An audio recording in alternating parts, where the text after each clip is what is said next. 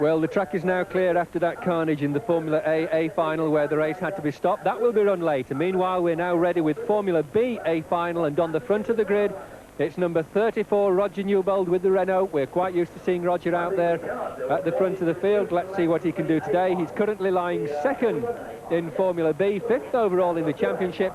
But his position at the front of the grid means that he's currently ahead on at today's meeting of Gary Baker, who leads the Formula B. Let's see what Newbould can do. Alongside him, 10, Kevin Pease, then Geoff Reynolds, 27, second row, Barry Squibb and Colin Rowley. Nice to see Colin in there, then Dave George, John Pearson, Mick Hart, Gary Baker, and B final winner Tom Bissett at the back in the Mini. Look at Colin Rowley go as they go off the line. A slow start from Kevin Pease. Also coming through there, Tom Bissett on the left of your screen. Watch Tom, and Newbould has spun. Can he keep it going?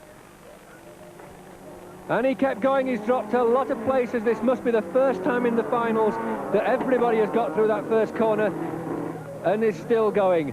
Bissett has come through, I believe, into third place from the back of the field, and if he goes like he did in the B final, I think he's every chance of winning this one. Yes, that's right. Now it's just a question of being very, very careful. Try not to get hassled by the guy behind. Let him run his own race. Just concentrate on what's going on. And in fact, he's coming up alongside him now. Geoff Reynolds there, he's through. If he can hold it round here. Well, these two cars are virtually waltzing along the track. Just look at this. It's a Geoff Reynolds, Colin Rowley dance, and still in third place, Tom Bissett. But you can see the sort of problems that these drivers have got. They just had absolutely no chance of keeping a straight line. Look at this. Oh, well, that's taking a shortcut across the circuit there.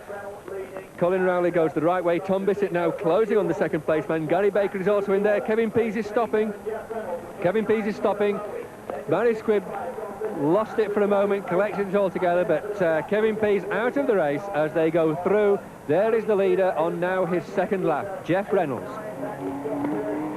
And despite being out there on his own, Geoff Reynolds, I feel as though he's having a visibility problem. I did think when he lined up on the grid, that wiper was hardly going quick enough. Gary Baker there, challenging, he's doing well. Yes, Tom Bissett in the Mini 65, he won the B final. There is Roger Newbould. Newbould is out altogether at checkers. We're back with the leader, Geoff Reynolds, splashing his way along that back straight. I think you're right, Steve, he's probably got a visibility problem, but from the inside now, as the car starts to heat up. Yes, you can see him there, Bill, look, wiping the screen with the back of his glove. He's definitely got a problem in there. Well, the last driver I remember did that, went and rolled it. We were just discussing that earlier. We have seen stranger things, and there is number 100, Gary Baker. He's currently now up into third place, and with Roger Newbould out, I should think that Gary Baker will undoubtedly increase his lead in Formula B. He was lying in fourth place in the championship overall before this meeting, and I'm sure that he will have improved on that because Will Gollop, who was third, is not here today.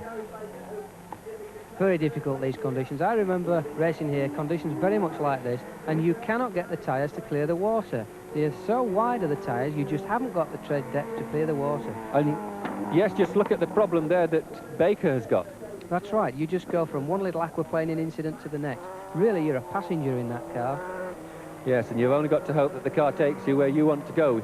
I don't know how Gary Baker could see through the screen, because we certainly couldn't see into the car. And as we watch Geoff Reynolds, and Reynolds, the conditions caught him out there. He's still far enough ahead to afford to make a little mistake like that, but he can't make too many of them, because there is Colin Rowley still in second place. And if Reynolds makes mistakes like that too many times, then Rowley, who we see here, is going to very quickly catch him. Yes, I must confess, the man in second place has got the advantage at the moment. I'd rather be in that Fiesta of Colin Rowley's. He can sit, he can watch, he can wait for the mistakes. He's not quite close enough to challenge for the lead yet, but you've got to bear in mind that going through Geoff Reynolds' mind is, I mustn't make a mistake. Yes, and he's got every possibility of doing that with conditions like this. Just look at that. Now, the sun is starting to come out, believe it or not. We've still got a big, dark cloud over the circuit, but in the distance, the sun is beginning to come out. The rain is still coming down, though, and I should think that the water that we see on the track here is going to be on this track throughout these finals. There is Gary Baker. And, of course, one of the other problems the drivers have got is that when the cars go through these large puddles, it just throws the water up into the air and onto the car who's following if you happen to be too close.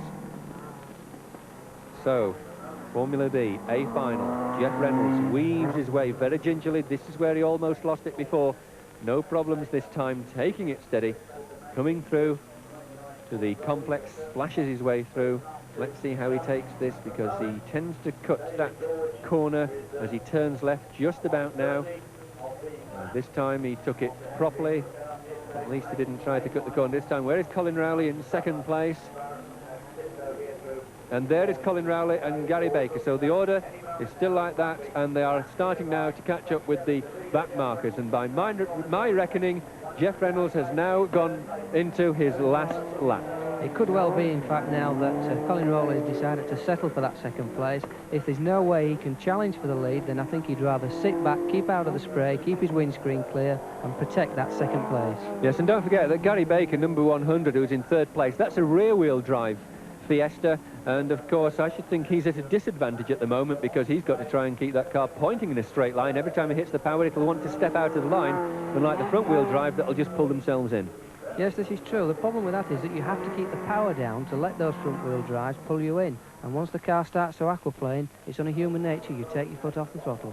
That's right. We saw that happen to this man, Geoff Reynolds, a couple of laps ago. Again, he manages to negotiate this back straight without too many problems. A lot of the water now being thrown aside. It is still raining, but it seems to be nowhere near as bad. And Dave George. Now, have they overtaken Dave George? Yes, I'm sure he was the back marker that we saw earlier. So, as we get the checkered flag for Geoff Reynolds there has taken the checkered flag. Dave George is a lap down. We see a fight for second place, because all of a sudden it's come alive as they come up to the line, with Dave George being in the way, but it's Colin Rowley who manages to hold that second place. Third, right behind him, Gary Baker. But a good victory for this man, 27, Geoff Reynolds, in the Formula B A final in atrocious conditions.